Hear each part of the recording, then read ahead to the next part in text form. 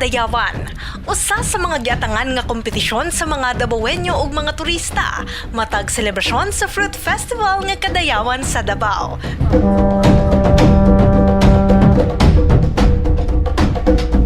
Onse ka mga maanyag nga mga dalaga, kinsa merepresenta sa 11 ka tribo sa syudad, nga mao sila si Chari Balinan alang sa tribong Ata, Karen Joy Dowing alang sa tribong Bagobo Klata, Lovern Jorich Bio sa Bagobo Tagabawa, Monera Mande alang sa tribong Matigsaluk, Hana Aguhitas alang sa tribong Obo Manovo, Johaira Omar alang sa tribong Iranon, Nesan Naraga alang sa Kagan, Norhana Sirad gikan sa tribong Maguindanawon, Siti Aisha Salim alang sa tribong Maranao, Tata Dolina Ambo gikan sa tribong Ngasama, o Grama Balihan Musa nga mirepresenta sa tribong Tausug.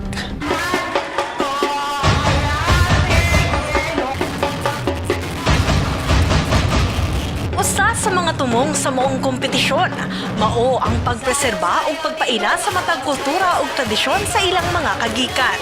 Gikan sa unang adlaw nga pagpresenta sa 11 ka mga hiyas, pagpasundayag sa ilang kultura pinaagi sa cultural presentation, hangtod sa Coronation Day, nagpakita og abilidad ang mga kandidata, ilabi na sa ilang mga advokasya alang sa ikaayo sa ilang tribo. Magkasama-sama ang mga tribo dito sa Davao. I-promote po ang Davao na dito sa Davao kung respeto ang mga lumas. Sa question and answer portion, nagpaambit usab sa ilang mga tubag ang mga kandidata. Di nagpamatuod lamang kini nga beauty and brains ang mga Hiyas sa Kadayawan candidates. Paano mo mailalarawan ang isang hiyas sa Kadayawan? Bilang isang hiyas sa Kadayawan, it's a great opportunity for us. Where I can show to them kung ano yung kaya mo ipagmalaki sa aming tribo. At kaya ko na matulungan kung ano man yung oportunidad na binigay sa akin. Nagpasalamat ko ako man ang maging hiyas na yun. Isa ito, oportunidad para sa akin na ipamahagi sa lahat na bilang isang kakan ay mapagmalaman at kaya natin matulungan maging indigenous people man o maging Moro o maging Kristiyano. Yun lamang po at maraming salamat. Hiyas sa Kadayawan! Yes!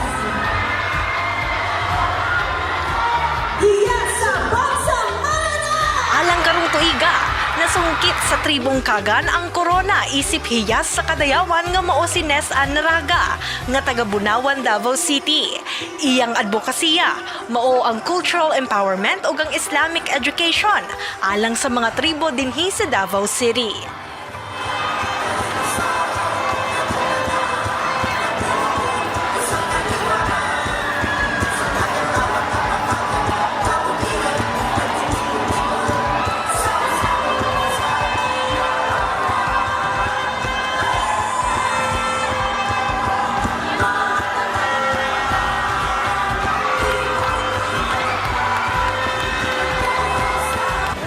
Pasalamat sa mga nisuporta karon, ilabi na sa akong pamilya, sa akong mga katribo, ilabi na sa akong deputy mayor o sa ako ang Mario Cultural and Sam nga andam mo suporta sa ako. Salamat kaayo. Gawas ni ini, ang representante sa tribong Bagobo Klata nga si Karen Joy Dowing ang napili isip Hiyas ng Kalambuan ug napili usab nga Best in Cultural Presentation. Samtang ang Hiyas sa Maranao nga si Siti Aisha Salim mao ang Hiyas sa Panaghiusa.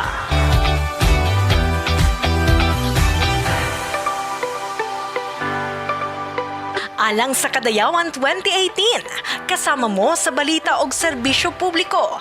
RadyoMaN Bibera, tatak, RadyoMaN.